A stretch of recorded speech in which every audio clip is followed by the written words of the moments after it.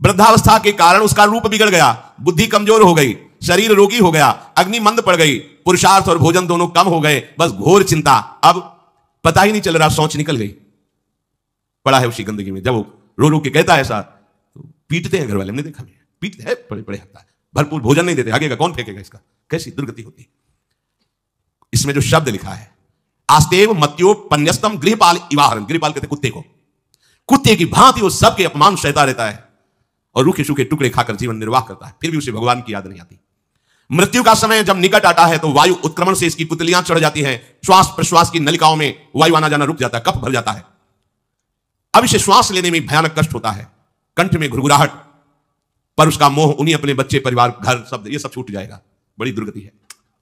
अंतिम समय क्या सोच रहा है, ये पत्नी छूट जाएगी, बेटे छूट जाए, और बेटों ने क्या उनके साथ व्यवहार किया, ये मोह है, ये मेरा कमाया हुआ मकान कैसे छोड़ सकता हूं, तो चिपकली बन के आना, इसी मकान में रहेंगे ना।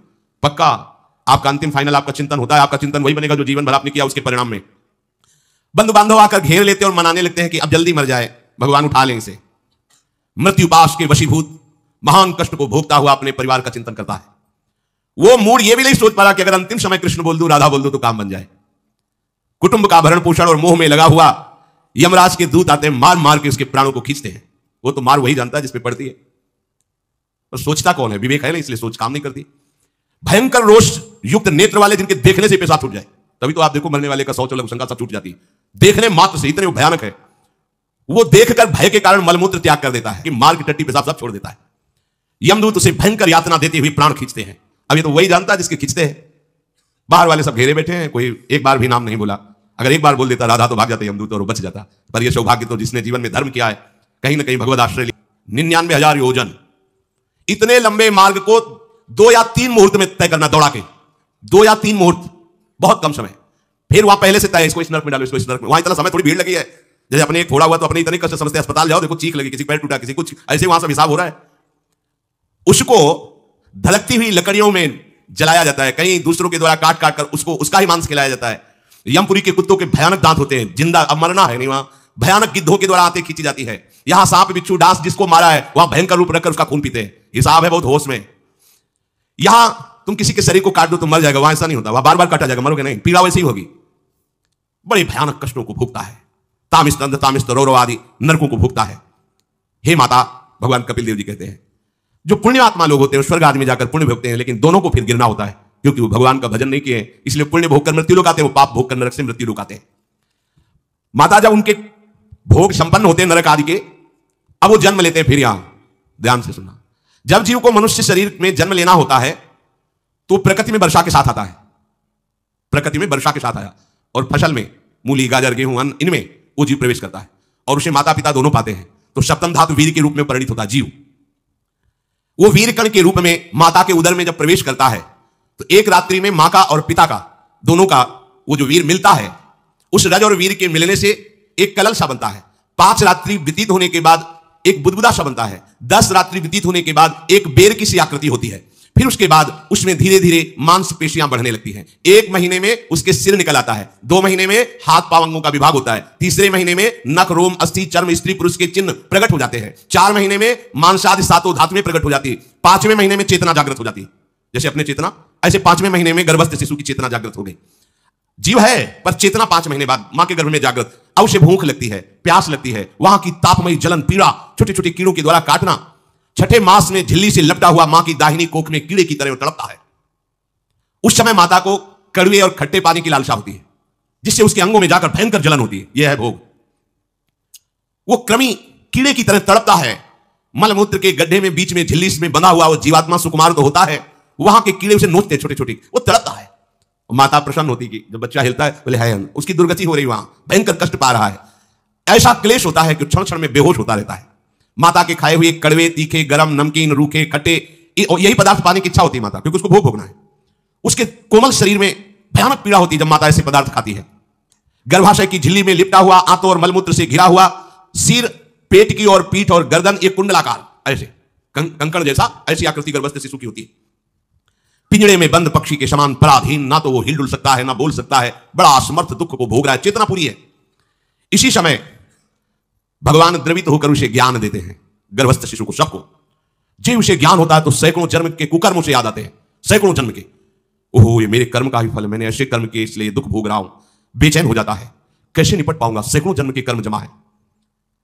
अब महान अशांति उसके हृदय में, उस शरीर में भयंकर पीड़ा।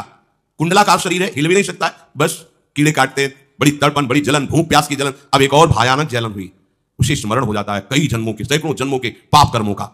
7वां महीना आरंभ हुआ कि ज्ञान का उन्मेष हो गया। अब प्रसूति वायु से चला रही है, तड़पता है वो।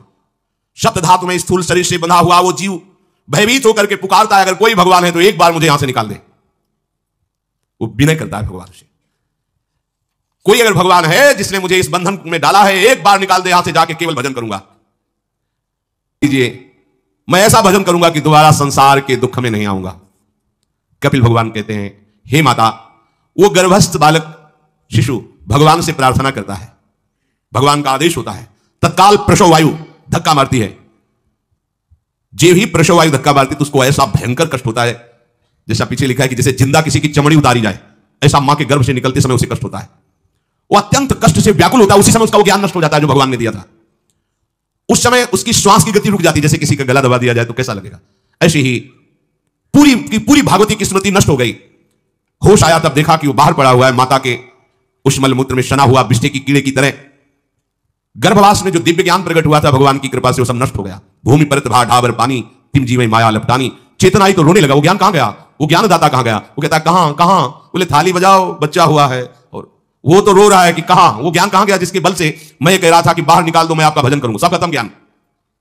जो लोग उसका अभिप्राय नहीं समझते, वो उत्सव मनाते हैं, बालक हुआ है, वो रो रहा है, वो कहां गया ज्ञान, कहां कहां कहां। छोटा बालक यही लोग कहता कहां, अभी जो ज्ञान उत्पन्न हुआ था, जो अभी भगवान का बोध हुआ था, वो कहां गया कहां गया। घर परिवार के लोग उसका पालन पोषण करते रहते हैं, उसमें कोई निषेध करने की शक्ति नहीं हो रही। मच्छर काट रहा है, दुख हो रहा है, हटा नहीं सकता बालक।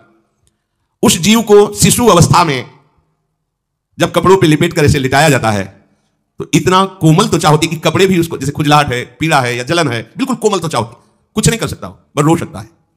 ना खुजलाने की, ना करवट बदलने की, ना उठने की कोई सामर्थ्य नहीं। बड़ा कष्ट पाता है बाल्यावस्था में, क्योंकि त्वचा बड़ी कोमल होती है, दास मच्छर आदि जीव उसको काटते हैं। गर्भावस्था का कोई ज्ञान नहीं रहा, सिर्फ रोना ही रोना रहा। इस प्रकार उसकी बाल्यावस्था कटी, कौमार अवस्था आई, पौगंड अवस्था, इनमें वो खिलवाड़ में फंस गया।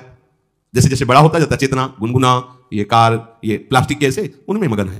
देखो ना छोटे बच्चों को, अज्ञानवश इसकी अवस्था कट गई। बड़े भाग्यशाली ऐसे भी बच्चे हैं जो तुतला के बोलते हैं, उनकी मैया कहती राधा बोलो, राधा। देखो ये सौभाग्य, प्रणाम है उन माताओं को जो अपने बच्चों को भगवान नाम बुलाती है, कि आप बोलो श्री हरिवंश बोलो, राधे राधे बोलो। धीरे धीरे उसकी युवावस्था पहुंची। इस समय उसके अंदर एक भूत सवार होता है, जवानी का भूत है, ये सबके सवार होता है। अगर मंत्र चल रहा है तो भूत नहीं चढ़ेगा, नाम चल रहा है तो भूत नहीं चढ़ेगा, नहीं तो भूत चढ़ जाता है। ये कुछ भी करवा सकता है भूत, भूत ही तो है ना। वैसे ही पंचभूत लिपट गए, ऊपर से जवानी का और भूत सवार हुआ, तो जौवन ज्वर के ही नहीं बलकावा। जवानी में कोई भी ऐसा अपराध नहीं जो हो ना जाए। बड़ा भयानक इसमें स्वरूप होता है। इसमें केवल भोग, केवल भोग, एक ही दृष्टि रहती है, भोग भोगना।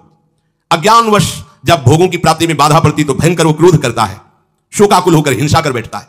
जैसी घटनाएं सुनने को मिलती हैं, राक्षसी घटनाएं, ये भूत है जवानी का। जहां कामना में बाधा पहुंची, क्रोध, क्रोध में वो समझ नहीं पाता कि मेरे जैसा ही प्रिय शरीर उसका है जो मैं बर्ताव कर रहा हूं।